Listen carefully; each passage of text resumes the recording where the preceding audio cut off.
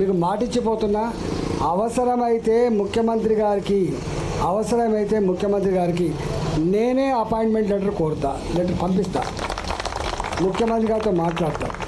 మాకు కావాల్సింది మా వల్ల సమస్యల పరిష్కారం కావాలి, కానీ మాకు ఆయన లెటర్ నేను రాయడం వల్ల నా బొడ్ల వల్ల కింద పడిపోవు. గుర్తుపెట్టుకోండి, ఇవాళ అధికారం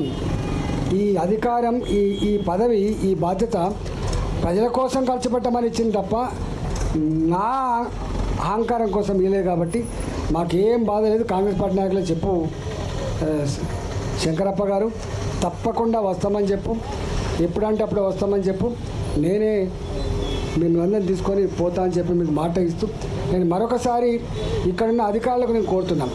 ఇక్కడ ఇంటెలిజెన్స్ పోలీసు వాళ్ళు కూడా ఉంటారు. ఇంటెలిజెన్స్ పోలీసు వాళ్ళు మీరు అనుకుంటాను, మీరు తప్పకుండా రాసి పంపాలి. 4 రోజులుగా రైతాంగం అంతా కూడా ఆందోళనలో ఉన్నారు. వాళ్ళ సమస్య న్యాయమైందని చెప్పి మీరు పంపించే ప్రయత్నం చేయండి. ప్రభుత్వానికి సోయి ఉండి ప్రభుత్వానికి సెన్సిటివిటీ ఉండి ఈ సమస్య పరిష్కారమైందని చెప్పి భావిస్తున్నాం. పరిష్కారం కాని పక్షంలో తప్పకుండా మీరు చెప్పినట్టుగా ముఖ్యమంత్రి గారిని కూడా కలుస్తాం. కాని పక్షంలో ఎక్కడ ఏం చేయాలో తప్పకుండా మా వాళ్ళకి తెలుసు. ఎప్పుడు ప్రజాస్వామ్యంలో అంతిమ న్యాయ నిర్ణేతలు గొప్పవాళ్ళు